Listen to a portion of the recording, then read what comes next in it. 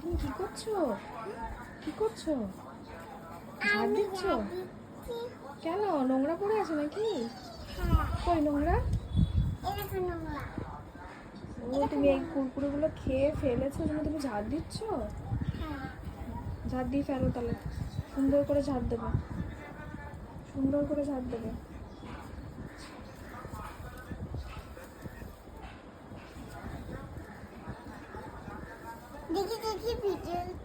ভিডিওটা দেখবে?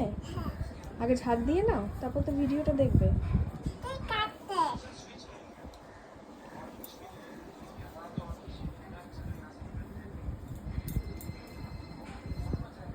তুমি তো ভালোই ঝাড় দিতে শিখে গেছো সোনা।